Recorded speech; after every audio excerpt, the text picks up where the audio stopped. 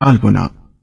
भोले भाले किसान अधिक उत्पादन के लालच में फंसकर रासायनिक खाद व कीटनाशकों का प्रयोग करने लगे।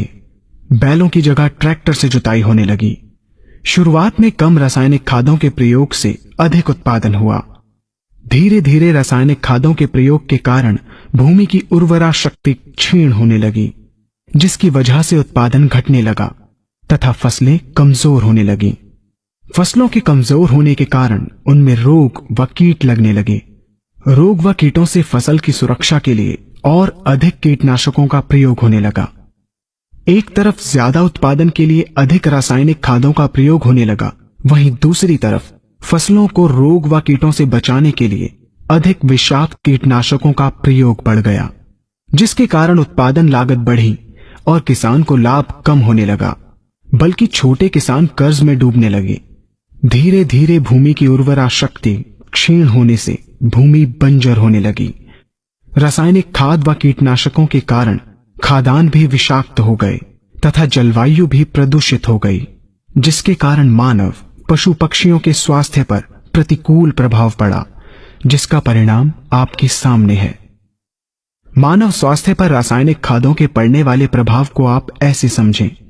जब किसान फसल में रासायनिक खाद डालता है तो रासायनिक खाद में उपस्थित विषाक्त रसायन जल में घुलकर सबसे पहले जल को प्रदूषित कर भूमि के अंदर उपस्थित केचुए व सूक्ष्म जीवाणुओं को मार देता है। ये बात सभी किसान अच्छी तरह से जानते हैं कि केचुए व अन्य सूक्ष्म जीवाणु भूमि की उर्वरा शक्ति को बढ़ाने के लिए अति आवश्यक होते हैं।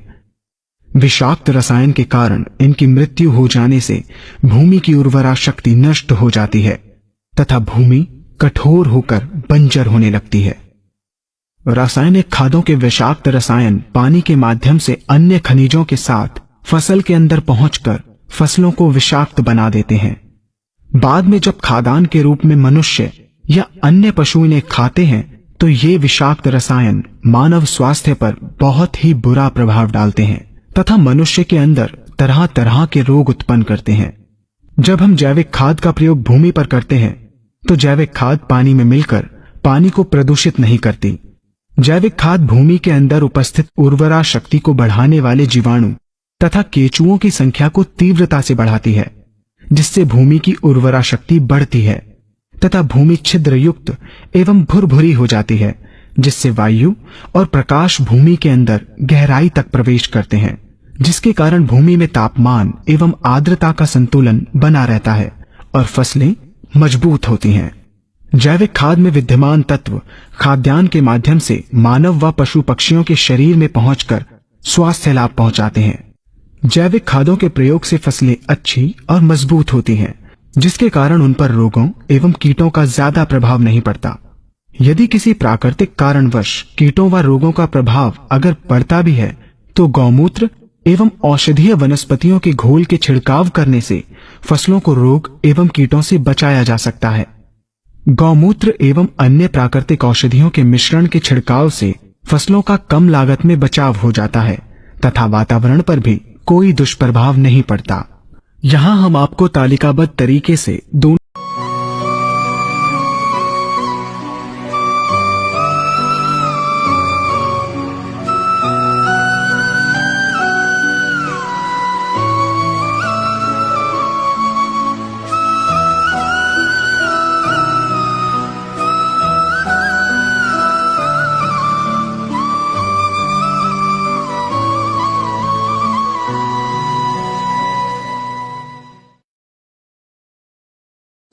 આપણે આપણા ગામમાં નક્કી કરીએ કે ઓછામાં ઓછા 75 ખેડૂત તૈયાર કરીએ અને એ પણ બને તો પાસે પાસેના ખેતરો 75 ખેડૂતો નક્કી કરીએ કે જે આ વર્ષથી પ્રાકૃતિક ખેતી ચાલુ કરશે, નેચરલ ખેતી ચાલુ કરશે। એક તસુ ભર પણ કેમિકલ નાખીશું નહીં। આ ધરતી આપણી માતા છે, એ માતાને આ ઝેર પીવડાવીને એ માતાને આપણે દુખી કરી રહ્યા છીએ। આ ધરતી માતાને બચાવવી એ આપણા બધાની જવાબદારી છે। એમાં જેટલું કેમિકલ નાખીએ, જેટલું ફર્ટિલાઇઝર નાખીએ, યુરિયા નાખીએ, આ ધરતી માતાને પીડા થાય છે. આપણી માં છે.